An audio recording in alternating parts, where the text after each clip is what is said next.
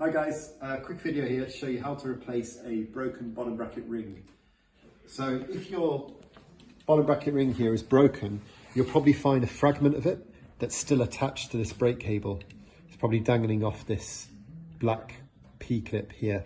So the first thing we need to do is remove this P-clip. So we'll need to attach that to the new bottom bracket ring. So just go ahead, find a 2mm hex key, undo this bolt here, and just keep hold of the washer that's underneath that bolt as well. We'll need that later. So you should have a bolt, a washer, the P-clip itself, and in the back of here, you'll find, if you just poke it out, you'll find a little nut as well, an M3 nut. So that's the M3 nut there. We've also got the bolt and the washer as well there. There we go. Okay, so we've got the two-part replacement bottom bracket piece here.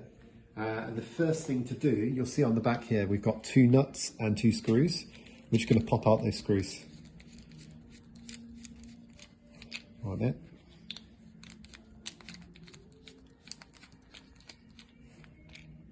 There we go. So I'm just going to put that to one side. And this half, I'm just going to drop out the nuts. I'll need those later. Okay, and I'm just going to hold on to this bit. Put those to one side.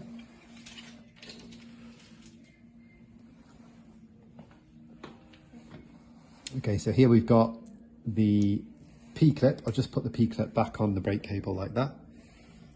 Then we can take the little nut that we took off the old bottom bracket ring and just pop it into the back of the new part like this. Put that in there. Okay, and I'm just going to put a finger over the back of that so that it doesn't fall out. And then I'm going to take the screw and the washer, poke those through the hole in the P-clip and then through the hole in the new bottom bracket ring. And then we can just tighten that up. So you don't have to do it up too tight, just until it starts, until you feel it starting getting a bit tighter.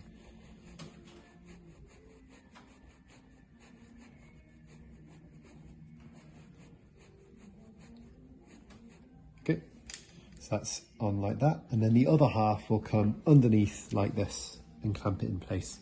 And you can see underneath on the frame here, you've got this little circular recess. That lines up with the line on the other part here. So we've got to line up that line mark here with that circle. So it'll be in about that position there. And if we do that, it means that the P-clip will be in just the right place. So first thing to do with the P-clip is take the screws and the nuts, pop the screws into this half.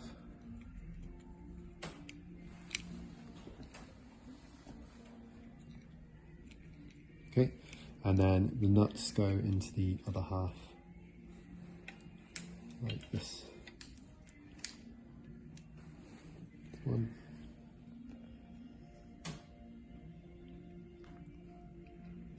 Okay, so just going to try and keep these nuts from falling out with my fingers. So I'm going to rotate this around and keep a finger on the back of it. A little bit tricky. And then this one, I'm going to put in from the side. I'm just going to tighten up those screws. So you just need again, just a crosshead screwdriver, Phillips head screwdriver to tighten these up. Just going to grab the screwdriver.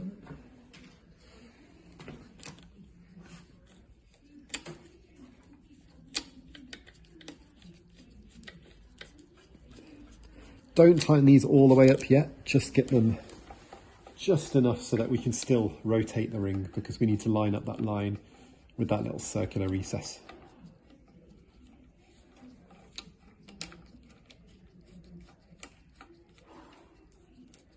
Okay, so I can feel both of those are in there. So I'm just going to line up this line here and I'm going to peek underneath and I can see the circle there. So that's about right there. So now I can tighten fully. Oh, moved. Out there.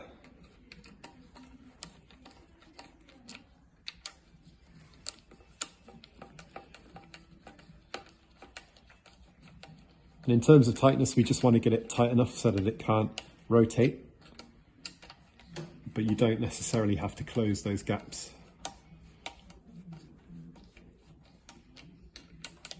And just keep on alternating just to keep the gap nice and level.